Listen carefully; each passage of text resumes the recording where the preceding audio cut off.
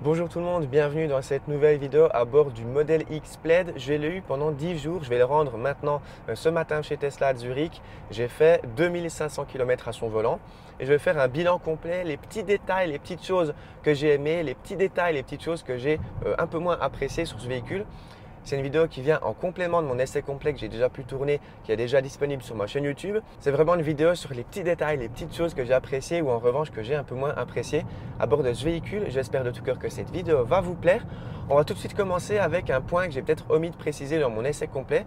J'ai apprécié à bord de ce Model X Plaid la qualité intérieure au niveau de la qualité des matériaux. J'ai lavé le véhicule ce matin, ça s'est lavé super rapidement, super facilement, sans aucun problème. Juste avec un chiffon un peu humide, j'ai nettoyé toutes les contreports, j'ai nettoyé aussi le coffre, les places arrière, derrière les sièges aussi. C'est un matériau très différent de ce que j'ai dans la Model 3. C'est un matériau beaucoup plus qualitatif, beaucoup plus souple, beaucoup plus mou.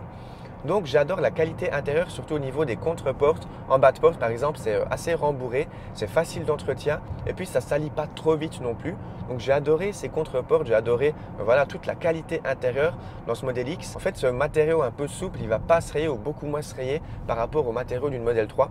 Donc ça c'est très bien. J'aime bien aussi la qualité des moquettes à l'intérieur, j'ai oublié de le préciser dans mon essai complet. C'est des moquettes beaucoup plus épaisses que sur une Model 3 ou un Model Y. Donc j'adore la qualité, en fait on a un très bon feeling quand on rentre dans la voiture. C'est assez souple en fait au niveau des pieds, donc ça j'aime bien. Donc voilà, au niveau de la qualité intérieure, c'est très bon à bord de ce Model X. Au niveau de la qualité de fabrication, c'est correct. Au niveau de l'intérieur, par contre, au niveau de l'extérieur, il y a eu quelques petits détails. Je vous montre une incrustation ici. On a par exemple sur cette version ici un très léger défaut de peinture sur l'aile arrière droite. Donc voilà, on paye cette voiture à partir de 100 000 francs suisses. Cette version est 135 000 francs suisses, la version Plaid avec le FSD.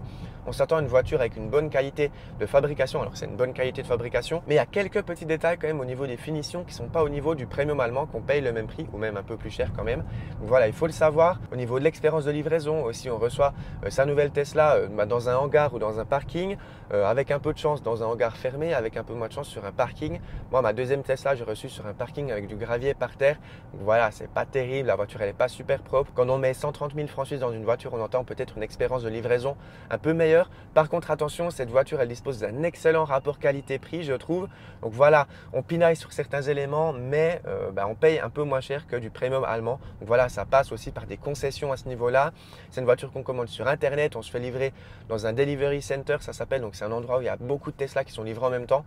Donc voilà, si on avait une expérience de livraison digne du premium allemand, on paierait aussi un peu plus cher. Donc voilà, il faut savoir remettre l'église au milieu du village. Je critique, mais on a un excellent rapport qualité-prix, donc ça passe aussi par certaines concessions. Petit défaut par contre que je trouve pas terrible sur cette voiture, surtout à ce tarif-là, c'est au niveau des essuie-glaces. Les essuie-glaces automatiques ne fonctionnent pas très bien. En fait, on peut les mettre en mode automatique comme sur toutes les voitures, mais les essuie-glaces ont du mal à s'activer en fait dès qu'il pleut. On doit attendre quand même quelques secondes, 30 secondes avant que les essuie-glaces se mettent en marche. Donc en général, j'appuie sur le bouton ici sur le volant pour les activer. Donc voilà, c'est un système qui est différent de chez les autres marques. Chez les autres marques, on a des capteurs qui sont achetés fournisseurs externes. Chez Tesla, ils font ça in-house. Donc en gros, c'est eux qui développent un software qui permet à la caméra ici sur le pare-brise de voir s'il pleut ou pas. Bon, ça marche pas très bien. Donc voilà, je trouve ça pas terrible pour une voiture à ce tarif-là, enfin pour une voiture tout court. Je trouve les essuie-glaces, ils sont pas terribles. Des fois, ils s'activent sans prévenir. Quand il y a un peu de soleil dans la caméra, ça s'active comme ça hyper rapidement. Des fois, à contrario, il pleut énormément, il s'active au bout de 30 secondes, on voit plus rien. Donc ces essuie-glaces, c'est pas terrible. Idem à ce tarif-là et surtout avec un gabarit comme ce Model X, on s'attend à des aides au stationnement qui fonctionnent bien, qui sont efficaces. Ici, certes, on a une excellente caméra de recul avec des répétiteurs, des caméras sous les rétroviseurs, ça c'est bien, mais ça s'arrête là. En fait, on n'a pas de caméra à l'avant, on n'a pas de caméra pour les jantes, on n'a pas de caméra 360 degrés. Donc, une fois dans un parking souterrain à Monaco, j'ai dû demander à mon passager d'aller voir si la jante avant droit ne touchait pas le trottoir parce que j'avais aucun moyen de vérifier. La visibilité est très bonne, on a une excellente position de conduite, on voit très bien aux alentours, mais par contre la roue avant droit, on ne la voit pas. Et puis c'est vrai qu'à ce tarif-là, toutes les voitures, même des voitures moins chères, disposent de caméras qui ont un focus sur les jantes en fait, ou bien une caméra à l'avant, ou bien une caméra 360. Ici, ce n'est pas le cas, donc pour se garer dans des parkings souterrains, c'est un peu compliqué quand même. Donc au final, au bout de 2500 km, j'ai pas frotté, mais j'ai fait des fois des virages en 2 fois que j'aurais pu potentiellement prendre en 1 fois, juste parce que je voulais assurer le coup.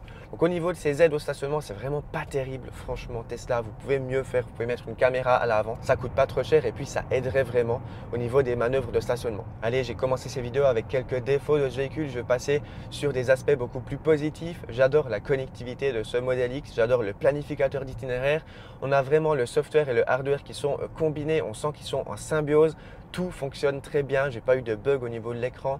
La carte est super réactive. Dès qu'on met une destination dans le GPS, la voiture va nous trouver des bornes sur le chemin, ça fonctionne bien. On a une estimation du pourcentage à l'arrivée. Vous l'avez vu dans mes 2 road trips à bord de ce modèle X-Plaid, ça fonctionne super bien. Donc voilà, c'est une excellente connectivité. J'adore aussi l'application mobile. L'application se connecte très facilement à la voiture. En 5-10 secondes, on est connecté. On peut ouvrir les portes à distance, ouvrir le coffre avant, mettre la climatisation en amont. Par exemple, cet été, c'était super bien. J'étais à Saint-Raphaël. Il faisait 30 degrés. Là, j'ai mis la climatisation 20 minutes en avance. C'était parfait. J'ai mis aussi les sièges ventilés en avance. Ça, c'est génial. D'ailleurs, la ventilation des sièges, elle est super performante. Donc ça, c'est au top. Au niveau de la connectivité, c'est génial. On a des portes électriques. Même les portes avant sont électriques. La porte avant gauche, elle va s'ouvrir automatiquement dès qu'on arrive vers le véhicule. Donc ça, c'est top. Ça fonctionne 8 fois sur 10. Des fois, elle ne s'ouvre pas. Et des fois, elle s'ouvre, par exemple, alors qu'on ne veut pas. Par exemple, je suis allé payer mon ticket de stationnement. Je suis repassé vers la voiture. La portière s'est ouverte. Et puis après, j'ai dû la fermer manuellement. Donc voilà, ça fonctionne plutôt bien, c'est perfectible, mais c'est génial, c'est quand même assez fun de voir que la porte s'ouvre toute seule dès qu'on arrive vers sa voiture, ça c'est quand même vachement cool. Alors effectivement, à bord de ce modèle X-Plaid, on a une excellente connectivité, mais il manque à mes yeux quand même quelques équipements. Alors premièrement, à ce tarif-là, on n'a pas de head-up display, pas d'affichage tête haute. En général, sur le Premium, on a des affichages tête haute. Alors bon, moi personnellement, ça ne me dérange pas, clairement, parce que on a une excellente visibilité sur le tableau de bord. Par contre, je sais, dans les commentaires, vous êtes beaucoup à dire que chez Tesla, ça manque un affichage tête haute. Voilà, je le mets dans la vidéo quand même. C'est pas la vision de Tesla. La vision de Tesla, c'est conduire des voitures autonomes à terme. Donc voilà, on n'en a pas besoin, ça serait superflu et puis ça augmenterait le prix de la voiture. On s'attend aussi sur une voiture premium à des sièges massants par exemple. La concurrence allemande propose des sièges massants. Alors oui, la concurrence allemande est un peu plus chère, mais on a des sièges massants aussi sur un Skoda Enyaq, sur une BMW iX1 et puis sur cette Tesla Model X à 130 000. On n'a pas la possibilité d'avoir des sièges massants en option par exemple. Donc voilà, ça ne m'a pas dérangé non plus, mais c'est vrai que ça aurait été cool quand même d'avoir des massages pendant les longs trajets. Et puis idem, à ce tarif-là, on n'a pas de feu avant à technologie Matrix LED. Ça c'est vraiment dommage. On va passer maintenant à un autre défaut de cette Tesla. C'est au niveau des clignotants, je m'y suis pas fait au bout de 10 jours. En fait, des fois, dans les ronds-points, j'arrive pas à mettre mon clignotant en sortie de giratoire parce que c'est des clignotants à retour haptique, c'est des boutons à presser sur le volant. Voilà, je m'y suis pas fait. Un avantage maintenant, qui peut être aussi un défaut de ce modèle X-Plaid, c'est son habitacle. Ce modèle X-Plaid, il est seulement disponible en configuration 6 sièges. C'est-à-dire qu'on a 2 sièges à l'arrière et 2 sièges aussi dans le coffre. Donc on a énormément d'espace, c'est super. Par contre, on a une grande partie ici au milieu où il n'y a rien du tout. Ça apporte l'avantage qu'on ait énormément de place dans cet habitacle. On aura aussi beaucoup plus de place pour les jambes sur les places dans le coffre en fait à l'arrière. Donc ça sera génial en fait pour les passagers à l'arrière, ils pourront étaler leurs jambes au milieu. C'est l'avantage majeur de l'habitacle 6 places par rapport à l'habitacle 7 places qui lui condamne un peu les 2 passagers à l'arrière. Ils auront très peu de place en fait pour leurs jambes. Ce sera plutôt pour des enfants relativement en bas âge, mais bon, pour des adultes ou des ados, ça sera un peu compliqué à l'arrière dans l'habitacle 7 places. Bon allez, j'ai dit quand même pas mal de petits défauts de ce modèle X. Passons maintenant à ses plus grands avantages. En fait, c'est sur la partie purement électrique. C'est une voiture électrique qui est vraiment aboutie d'un point de vue consommation, autonomie, capacité de recharge, planificateur d'itinéraire. C'est vraiment au top du top, c'est ce qui fait de mieux, j'ai l'impression. On a une autonomie officielle jusqu'à 540 km selon la norme WLTP. En pratique, on arrive à faire environ 350-400 km sur autoroute, c'est génial, avec un peu de marge de manœuvre aussi. Sur route normale ou en ville, on arrive à dépasser, je pense, les 400 km assez facilement. Donc au niveau de l'autonomie réelle, c'est très bon. La voiture, on l'a vu dans mes road trips, elle a environ 4 heures d'autonomie, 4 heures de route. Donc ça, c'est super.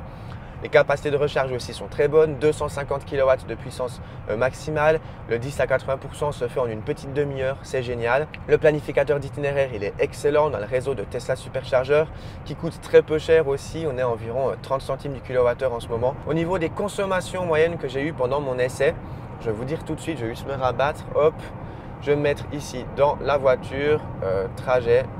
J'ai eu une consommation moyenne à 23,1 kWh au 100 km actuellement. C'est une consommation moyenne tout à fait raisonnable. Compte tenu de ma vitesse moyenne sur ce trajet, j'ai fait énormément d'autoroute, 23 kWh au 100. Je trouve ça très correct, franchement, pour un SUV de 1000 chevaux. Voilà, au niveau de l'aspect purement électrique, c'est au top du top. Et puis, comment parler de ce modèle X-Plaid sans parler de son accélération purement stratosphérique? C'est vraiment impressionnant. On a 1020 chevaux grâce à ces 3 moteurs électriques. c'est sensationnel en fait, c'est dingue. Alors moi j'ai conduit très souvent en mode plaid en fait, le mode sport en fait au niveau de l'accélération. Parce que voilà, j'aime bien de temps en temps accélérer. Alors effectivement, ça ne fera pas plaisir aux pneus, hein, il faut quand même rester raisonnable. Mais voilà, je me suis mis en mode plaid. J'adore en fait les sensations à la conduite à bord de ce modèle X-Plaid. C'est tout simplement sensationnel. 1020 chevaux, 0 à 100 en 2 secondes 6, c'est la grande classe. On peut vraiment s'amuser, vraiment kiffer à la conduite. Donc ça, c'est vraiment génial. On a des excellentes reprises, on a une accélération qui ne s'arrête jamais. Donc à ce tarif-là, je le répète, c'est une voiture qui coûte à partir de 120 490 francs suisses.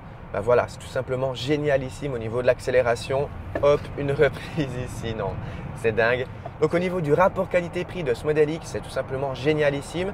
C'est vrai que j'ai dit beaucoup de petits défauts quand même sur cette voiture, oui, je vous l'accorde. C'est vrai que par rapport à la concurrence allemande, sur certains points, il est peut-être un petit peu en dessous, notamment au niveau des équipements ou du confort général. Mais par contre, au niveau du rapport qualité-prix, les écrase à plat de couture en fait. Le modèle X-Plaid, c'est un excellent SUV électrique. C'est pas le meilleur, mais c'est le meilleur rapport qualité-prix. Après, certes, si on va taper dans les 200 000 pour un Mercedes EQS ou un BMW iX, c'est des voitures quand même différentes avec un autre niveau de confort, mais beaucoup moins de puissance. Donc voilà, c'est compliqué quand même à faire des choix dans ce milieu très haut de gamme. Donc voilà, j'espère que ce bilan après 2500 km vous a plu. N'hésitez pas à lâcher votre meilleur pouce en l'air. Merci beaucoup. Pensez à vous abonner pour ne pas rater les prochains contenus que je vais vous proposer à bord de plein de voitures électriques, notamment à bord d'une Mercedes EQS SUV pour faire les comparaisons aussi avec ce modèle X-Plaid. Quant à moi, je vous souhaite tout le meilleur, une très bonne route et je vous dis à très bientôt au volant d'une voiture électrique. Ciao tout le monde, merci beaucoup.